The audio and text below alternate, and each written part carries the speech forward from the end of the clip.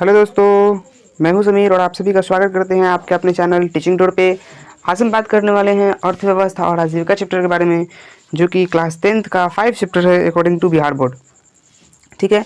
और इस चैप्टर में हम आज पढ़ेंगे, बहुत ही अच्छे तरीके से इसको कवर करने की कोशिश करेंगे। तमाम हर एक टॉपिक को कवर करेंगे। और ये जो वीडियो है, यानी कि ये जो चैप्टर है अर्थव्यवस्था और आजीविका आपका, ये मुश्किल से 3 वीडियो में कोशिश करेंगे खत्म करते हैं। छोटा छोटा वीडियो बनाएंगे, ज़्यादा लंबा वीडियो 2-2.5 घंटे का नहीं बनेगा। एकदम सिंपल बनेगा वीडियो, 40 मिनट या आधा घंटा 45 मिनट का वीडियो बनाएंगे। कोशिश करेंगे कि इसको 3 वीडियोस में ख़त्म कर दिया जाए। उसके बाद में फिर इसका क्वेश्चन आंसर होगा और इसके आगे ऑब्जेक्टिव वगैरह फिर इसका हम तैयार करेंगे। तो चलिए इस वीडियो को शुरू करते हैं। दिया गया अर्थव्यवस्था और आजीविका, तो शुरू करते हैं इसको। किसी भी राष्ट्रीय अर्थव्यवस्था का मूल आधार कृषि एवं उद्योग होता है, जिस पर लोग की आजीविका निर्भर करती है। यानी कि जो भी कोई भी देश होता है, उस देश के जो मूल आधार होता है ना, वो कृषि होता है और क्या होता है, उद्योग होता है। 2 चीज़ों पर ऊपर डिपेंड करते हैं। लेकिन अभी के जो युग है, आधुनिक युग में, कृषि की अपेक्षा में लोग उद्योग का ज़्यादा महत्व दे रहे हैं। और इसको उद्योग को मतलब कि ज़्यादा इसको बढ़ावा दे रहे हैं लोग। आपको कृषि पर से निर्भरता हटा करके और उद्योग का जब ज़्यादा निर्भर कर रहे हैं। और देश की अर्थव्यवस्था में इसके योगदान में भी समानुपाती वृद्धि हुई है। 18वीं शताब्दी के उत्तरार्ध में ब्रिटेन विश्व का पहला देश बना, जहाँ कृषि क्षेत्र एवं उद्योग जगत में मशीनीकरण प्रारंभ हुआ और औद्योगिकरण के एक नए युग का सूत्रपात हुआ। यानी कि जो 18वीं शताब्दी का उत्तरार्ध हुआ, उसमें ब्रिटेन ही पहला देश था। ब्रिटेन कौन देश था? ब्रिटेन विश्व का एक पहला देश बना था, जहाँ पर सबसे पहले जो है सो कि कृषि को महत्व खत्म हुआ और उद्योग धंधा का तरफ लोग ज़्यादा रुझान किया अपना। ठीक है ना। तो और औद्योगिकरण जो है सो कि औद्योगिकरण की एक नया युग हो गया। एक औद्योगिकरण तो पहले 18वीं शताब्दी के पहले थोड़ी था। 18वीं शताब्दी के बाद में ना लोग जो है सो कि अभी समझेंगे कि औद्योगिकरण क्या है। हम जानते हैं कि आपके दिमाग में सवाल उठ रहा होगा कि औद्योगिकरण क्या है। अब इसके बारे में भी समझेंगे कि औद्योगिकरण क्या है। आगे देखिए ना, यहाँ पे हम टिक लगाएं, हम दिखाएंगे आपको। कॉमेडी में नहीं दिखा दे रहा है, देखिए यहाँ पर यहाँ पे औद्योगिकरण का परिभाषा आपको हम लिखवाएं, और नहीं भी होगा उसको हम लिखवा देंगे, चिंता करने की बात नहीं है। ठीक है। तो अब देखते हैं आगे। औद्योगिकरण अथवा उद्योग के वृहत रूप में उद्योग के वृहत रूप में स्थापना उस औद्योगिक क्रांति की देन है जिसमें वस्तुओं का उत्पादन मानव श्रम के द्वारा न होकर मशीनों के द्वारा होता है। यानी कि औद्योगिकरण के अंदर हम मानव के हाथ के द्वारा सामान नहीं, बल्कि मशीनों के द्वारा सामान निर्भर करता है। ऐसे तो मशीन को चलाता है इंसान ही है, इंसान के साथ दूसरा कोई थोड़ी चला, जानवर नहीं है चलाने के लिए। लेकिन जो हाथ से जो बुनने का जो काम होता था ना, वो बुनने का काम हट करके अब वो मशीन करता है। एक मशीन से अब अधिक काम हो सकता है। एक इंसान कई सामान का निर्माण कर सकता है। इसमें उत्पादन वृहद पैमाने पर होता है और इसकी खपत के लिए बड़े बाजार की आवश्यकता होती है।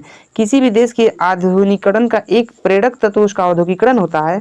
नए नए मशीनों का आविष्कार एवं तकनीकी विकास पर ही औद्योगिकरण निर्भर करता है। इसके प्रेरक तत्वों के रूप में मशीनों के अलावे पूंजी निवेश एवं श्रम का भी महत्वपूर्ण स्थान है। यानी कि जो पूंजी निवेश है और श्रम, इन दोनों का भी बहुत ही महत्वपूर्ण स्थान है औद्योगिकरण के अंदर। अगर औद्योगिकरण के अंदर पैसा नहीं हो और मेहनत न किया जाए तो क्या सामान बन सकता है? कभी नहीं बन सकता। मेहनत चाहिए, और तो उसी को बोलते हैं श्रम, यानी कि मेहनत को। और पूंजी, पैसा होना चाहिए मशीन खरीदने के लिए। और मशीन के अंदर भी कई पार्ट्स ऐसे होते हैं जो आपको खराब हो सकता है समय पर। ठीक है ना। तो उसको सुधारने के लिए फिर मेहनत की भी जरूरत लगती है और पैसे की भी जरूरत होती है। तो मेहनत और पैसा भी एक ऐसा तत्व है जो कि औद्योगिकरण को बढ़ावा दिया, ये भी हो सकता है। अब देखते हैं कि औद्योगिकरण क्या है। तो औद्योगिकरण जो है वो एक ऐसे प्रोसेस है, ये एक प्रक्रिया है जिसमें उत्पादन मशीनों द्वारा कारखानों में होता है। और इस प्रक्रिया के तहत ब्रिटेन में सर्वप्रथम घरेलू उत्पादन पद्धति का स्थान कारखाना पद्धति ने लिया। यानी कि जो पहले घर में सामान बनता था, अब वही सामान अब कहाँ बनने लगा? कारखाना के अंदर बनने लगा। ये सबसे पहले कहाँ हुआ था? ये सबसे पहले ब्रिटेन में हुआ था। ब्रिटेन में ही सबसे पहले जो घरेलू उत्पादन पद्धति थी उसको हटा करके कारखाना पद्धति स्थापित हो गया था। ठीक है। तो सन 1750 ईस्वी तक ब्रिटेन मुख्य रूप से कृषि प्रधान देश था। यानी कि 1750 तक ले लो, जो ब्रिटेन था वो एक, वहाँ पर भी कृषि होती थी। देश की 80% जनसंख्या गांव में निवास करती थी।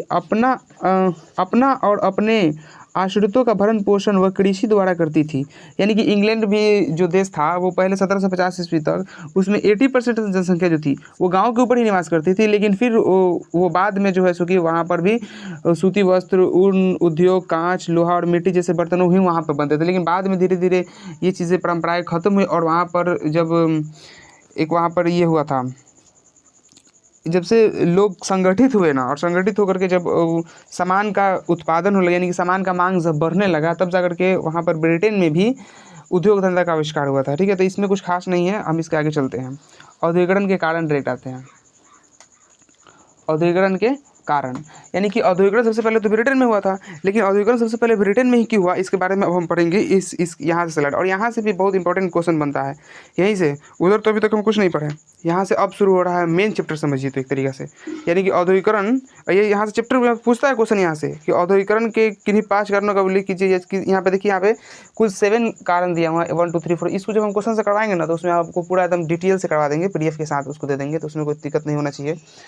अभी फिलहाल पढ़ते हैं औद्योगिकरण के कारण। ब्रिटेन में यानी कि औद्योगिकरण हुआ तो इसके पीछे क्या कारण था उसके बारे में हम पढ़ेंगे। तो ब्रिटेन में स्वतंत्र व्यापार और अहस्तक्षेप की नीति ने ब्रिटिश व्यापार को बहुत अधिक विकसित किया। यानी कि ब्रिटेन में जो था वो फ्री ट्रेड और पॉलिसी ऑफ लेजेस फेयर, ये जो ये एक पॉलिसी थी जिसके तहत वहाँ पर इंग्लैंड में बढ़ावा मिला व्यापार को। ये स्वतंत्र व्यापार क्या था, यानी कि जो मन करे आप वो बेच सकते हैं, और फ्री यानी कि कोई आपको कुछ रोकने टोकने वाला नहीं था, उसी को कहते हैं हम फ्री ट्रेड। ठीक है ना। उत्पादित वस्तुओं की मांग बढ़ने लगी, यानी कि जब वहाँ पर सामान का, जब यहाँ से दुनिया का जब खोज हो चुका था ना, उस समय कई लोग जाकर व्यापार करते थे समुद्री रास्ते के माध्यम से जाकर के लोग इधर से उधर अपना व्यापार करते थे। उस स्थिति में ब्रिटेन में जो भी सामान बनती थी, जैसे कि मैंने ऊपर पढ़ा कि सूती वस्त्र बनता था, ऊनी उद्योग था, कांच लोहा मिट्टी के बर्तन बनते थे, इन सभी सामानों का जाकर के बाजार में जब बिक्री होता था तो लोगों की जनसंख्या बढ़ी तो मांग बढ़ने लगा कि नहीं मुझे और ज़्यादा सामान चाहिए। तो लोगों ने जब और अधिक सामान मांग करने लगे तो सामान तो कम था, तो ये एक ज़रूरत पड़ी थी कि भाई सामान हमको ज़्यादा आविष्कार किया जाए, यानी कि ज़्यादा हमको सामान मिले। सामान ज़्यादा बनेगा तभी ना बाजार में सामान उतरेगा, तो सामान ज़्यादा मांग हो गया, उत्पादित वस्तुओं की मांग बढ़ने लगी। यही बोल रहा है कि अब जो सामान बनता था उसकी मांग बढ़ने लगी, मुझे और भी ज़्यादा मांग चाहिए। लेकिन उस समय जो पद्धति थी, यानी कि तत्कालीन ढांचा जो बुनकर लोग बुनते थे, यानी कि हाथ से उस वक्त बुना करते थे, तो उस पद्धति के अनुसार बाजार के तमाम सामानों के जो मांग था उस मांग को पूरा करना संभव नहीं था। ठीक है, इसलिए वहाँ पर वहाँ पर नए नए मशीनों का आविष्कार किया गया। इसलिए अभी हम पीछे पढ़ेंगे कि spring jenny spring frame machine बना था, इसके भी पीछे वाला स्लाइड चलेगा ना, तो उसमें अंदर हम पढ़ेंगे कि कौन किसने मशीन का आविष्कार किया। तो फिर मशीन का भी आविष्कार हुआ था। फिलहाल इसको देखते हैं। अधिक वृद्धि कर पाना असंभव था। एक तरफ बुनकरों को धागे के अभाव में काफ़ी समय तक बैठा रहना पड़ता था, तो दूसरी तरफ सूती काटने वाले हमेशा ही व्यस्त रहते थे। पूरे समय काम करने वाला एक बुनकर 6 सूत काटने वाले लोगों द्वारा तैयार किए गए धागों का उपयोग कर सकता था। ऐसी परिस्थिति में ऐसे परिवर्तन की आवश्यकता महसूस की जा रही थी जिससे सूत काटने की जो है जनसंख्या, यानी कि सूत काटने की कोई मशीन का अनुभव किया जाता है, सूत काटने की कोई मशीन हमको मिल जाती। तो जब लोगों ने देखा कि भाई अब हमको मांग बढ़ रहा है, हमको सामान अधिक चाहिए और यहाँ पे मेहनत भी बहुत ज़्यादा लग रहा है, लेकिन सामान बन नहीं रहा है ज़्यादा, मांग बाज़ार के डिमांड को पूरा नहीं किया जा रहा है, तब जाकर के लोगों ने नए नए चीज़ों का आविष्कार करना सोचा। तो अब तक यहाँ तक हमने देख लिया कि जैसे कि सूती वस्त्र का उत्पादन के लिए लोगों ने ये सोचा कि भाई अब हमको सामान की ज़रूरत है, यानी कि हमको कोई ऐसा मशीन चाहिए जिससे कि हम नए नए सामान का आविष्कार कर सकें। ठीक है, तो इसीलिए 18वीं शताब्दी के उत्तरार्ध में ब्रिटेन में नए नए यंत्रों और मशीनों के आविष्कार ने उद्योग जगत में काफ़ी ऐसी क्रांति का सूत्रपात किया जिससे उद्योगीकरण एवं उपनिवेशवाद दोनों का मार्ग प्रशस्त हुआ। यानी कि जब लोगों को ये महसूस हुआ कि भाई हमको कोई ऐसा सामान चाहिए जिससे कि हम सूत काटने की कम से कम व्यवस्था हो जाए, ताकि बुन तो हम अपने से लेंगे, सूत काटने की कम से कम व्यवस्था चाहिए, क्योंकि सूत काटना ही एक बहुत बड़ा झंझट का काम था वहाँ पर उस समय। तो लोगों ने सोचा कि भाई ये कम से कम हो जाए ताकि कुछ बात बन जाए। तो इसीलिए वहाँ पर 1769 में बाल्टन निवासी रिस्ट आर्कराइट ने सूत काटने की स्प्रिंग फ्रेम नामक एक मशीन बनाई जो जलाशय से चलती थी, यानी कि जल शक्ति के द्वारा ये चलती थी, जो बनाया था रिस्ट आर्कराइट नामक नामक व्यक्ति थे जिन्होंने स्प्रिंग फ्रेम बनाई। ये पूछता है कि रिस्ट आर्कराइट ने कौन सी मशीन बनाई थी, तो स्प्रिंग फ्रेम मशीन बनाई थी उन्होंने, जो कि जल शक्ति से चलता था। और 1770 में स्टैंड हिल निवासी जेम्स हारग्रीव्स ने सूत काटने की एक अलग मशीन स्प्रिंग जेनी बनाई। ये भी पूछता है स्प्रिंग जेनी किसने बनाई थी। अच्छा, ये सब जो है ना, ये और अभी जो 2-3 और आएगा उस सबको हम एक जगह करके आपको दे देंगे। ठीक है, तो वो अगले वीडियो में, अब आज तो नहीं हो पाएगा, लेकिन आज की इस वीडियो में क्वेश्चन आपको मिलेगा, 5 क्वेश्चन मिलेगा, इसलिए ध्यान से वीडियो को देखिए। 5 क्वेश्चन आज आपके इस वीडियो में मिलने वाला है, जो कि आपको इसका जवाब आपको देना होगा कमेंट में। ठीक है ना, चलिए देखते हैं आगे। इसमें 16 कतुए एक पहिए के घूमने से चलते थे, अतः इसकी सहायता से 8 सूत एक साथ काता जा सकता था। यानी कि ये जो ये स्प्रिंग जेनी जो मशीन था, जो कि जेम्स हारग्रीव्स साहब ने बनाया था स्प्रिंग जेनी मशीन, इससे एक बार में कितने का 16 कतुए, यानी कि उससे तो एक यानी कि जो हाथ से होता था तो 6 लोग मिलता था तो एक सूत काटता था। आप देखे होंगे, यानी कि इसके पहले वाला जो स्लाइड चला था उसमें हमको पढ़ाए थे पीछे। तो लेकिन इसमें ये जो मशीन बन गया स्प्रिंग जेनी नो, तो एक बार में 16 को बनता था, सोच लीजिए। यानी कि तो कुछ तो आविष्कार हुआ तो फायदा हुआ ना। 1773 में लंकासे जॉन के ने एक फ्लाइंग शटल का आविष्कार किया। 1773 में लंकासे के निवासी थे जॉन के ने, इन्होंने फ्लाइंग शटल का आविष्कार कर दिया। इसके द्वारा जो जुलाहे होते थे वो बड़ी तेज़ी से धागे की मांग बढ़ी, यानी कि धागे आसानी से तैयार किया जाने लगा था। 1779 में सैमुअल क्रॉम्पटन ने स्प्रिंग म्यूल बनाया, इसके बारीक सूत काटा जाता है, यानी कि एकदम पतला पतला सूत इससे निकलता था। ये जो बनाए थे स्प्रिंग म्यूल, तो स्प्रिंग म्यूल से एकदम छोटा छोटा पतला पतला सूत निकलता था। 1785 में एडमंड कार्टराइट ने वाष्प से चलने वाला पावर लूम नामक करघा तैयार किया। इसी समय बेनकर नामक व्यक्ति ने कपड़ा छापने का एक यंत्र बनाया। टॉम्स बेल के बेलनाकार छपाई के आविष्कार ने तो सूती वस्त्र की रंगाई और छपाई में नई क्रांति ला दी। इन आविष्कारों के फलस्वरूप 1820 तक ब्रिटिश सूती वस्त्र उद्योग में काफ़ी वृद्धि का, यानी कि वहाँ पर नई नई जब मशीन का आविष्कार हो गया ना, तो वो जो ब्रिटिश था वो बहुत ही ज़्यादा विकसित हो गया, बहुत ज़्यादा विकसित हो गया। इन उद्योगों में 1759 में जेम्स वाट द्वारा बनाए गए वाष्प इंजन की भी महत्वपूर्ण भूमिका थी। यानी कि जेम्स वाट साहब ने वाष्प इंजन बनाया था, ये इंपॉर्टेंट है। ये भी ऑब्जेक्टिव में पूछ सकता है। आप जानते हैं कि अब इस बार 50% से ज़्यादा ऑब्जेक्टिव हो चुका है आपके बोर्ड में। हाँ, तो इसको ध्यान दीजिएगा। यही सब पूछता है ऑब्जेक्टिव। दूसरा ऑब्जेक्टिव बाहर से नहीं आता, यही से बुक से फिर आप बाद में ऑब्जेक्टिव के लिए बुक खरीदते हैं। अगर आप अभी से ही पढ़ लीजिएगा तो फिर बुक खरीदने की जरूरत नहीं पड़ेगी। ठीक है। 1769 में जेम्स वाट द्वारा बनाया गया वाष्प इंजन भी एक महत्वपूर्ण भूमिका निभाई कि किसके लिए, तो वहाँ पर सूत काटने की एक मशीन के लिए। ठीक है, आगे देखते हैं। तो अब वहाँ पे वाष्प इंजन तो बन चुका था, वाष्प इंजन बन गया, और वाष्प इंजन जब बन गया तो अब वहाँ पे वाष्प इंजन जो चलता था, फिर उसके बाद में वस्त्र उद्योग की प्रगति कोयले एवं लोहे के उद्योग पर बहुत अधिक निर्भर करती थी। यानी कि जो वस्त्र बनता था वो कोयले के ऊपर बहुत ज़्यादा डिपेंड करता था, यानी कि जो फैक्ट्री था वो कोयले के ऊपर चलता होगा। इसलिए अंग्रेजों ने उन उद्योगों पर बहुत अधिक ध्यान दिया, यानी कि इसलिए उस पर बहुत ज़्यादा ध्यान दिया कि वहाँ पर जो इंग्लैंड था ना, वहाँ पर कोयला बहुत ज़्यादा उस वक्त था, इसलिए उसको संभाल के रखा भाई कि ख़त्म हो जाएगा तो फिर हम कैसे जो है सो कि ये कर पाएंगे, अपना उद्योग धंधा कैसे चलेगा। तो इसलिए उन पर बहुत ज़्यादा ध्यान दिया, कोयला वहाँ पे था, इसलिए वहाँ पे प्रगति करना थोड़ा आसान हो गया था। 1815 में हेम्फ्री डेवी के खानों में काम करने वाले एक सेफ्टी लैंप का आविष्कार किया। हेम्फ्री डेवी साहब थे, इन्होंने एक सेफ्टी लैंप बना दिया लोगों के काम करने। जब वो काम करते ना, तो जब वो अपने खोदते थे यानी खदान को, तो उसमें से जब निकलता था कोयला, तो उस स्थिति में कोयला जब निकलता था तो अंधेरा होता था, इसलिए उन्होंने सेफ्टी लैंप बना दिया था। इसी तरह 1815 में हेनरी बेसमर ने एक शक्तिशाली भट्टी विकसित करके लौह उद्योग को भी बढ़ावा दिया। वहाँ पर एक और साहब आ गए, इनका नाम था हेनरी बेसमर थे। इन्होंने एक शक्तिशाली भट्टी विकसित कर दी और इससे लौह उद्योग को भी बहुत अधिक जो है उसकी बढ़ावा मिला, यानी कि लौह उद्योग बहुत ज़्यादा चलने लगा। ठीक है, आगे देखते हैं। अब जब मशीन और नए नए यंत्रों के आविष्कार ने फैक्ट्री प्रणाली को विकसित किया, फलस्वरूप उद्योग तथा व्यापार के नए नए केंद्र का जन्म हुआ।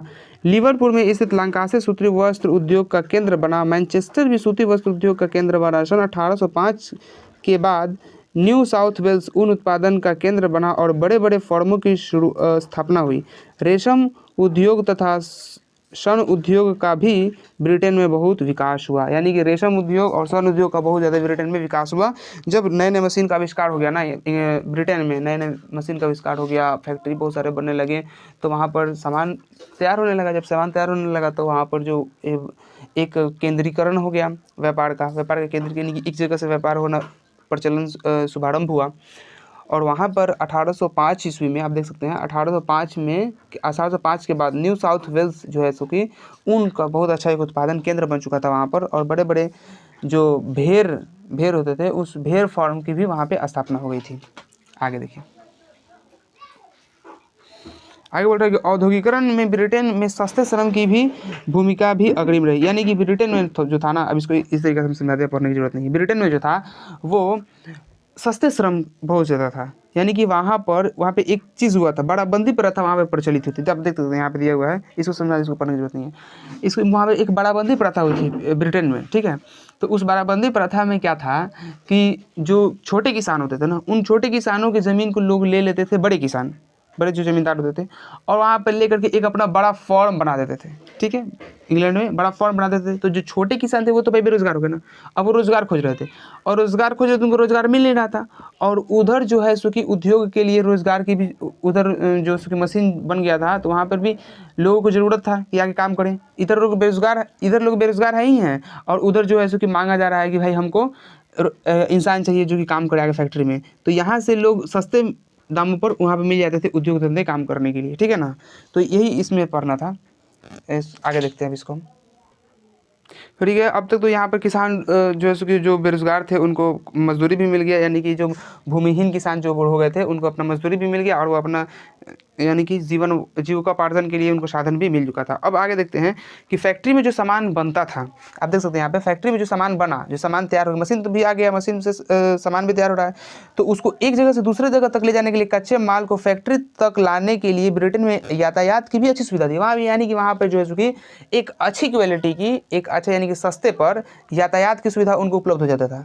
रेल मार्ग शुरू होने से पहले नदियों एवं समुद्रों के रास्ते व्यापार होता था। नदी पोतों द्वारा लाया जाने वाला माल सरलता पूर्वक तोपों अर्थात समुद्री जहाज़ों तक ले जाया जाता था। जहाज रानी उद्योग में यह विश्व में अग्रिम देश था, और सभी देशों के सामानों का आयात निर्यात मुख्यतः ब्रिटेन के व्यापारिक जहाजी बेड़े से ही होता था, जिसका आर्थिक लाभ औद्योगिकरण की नीति को तीव्र करने में सहायक बना।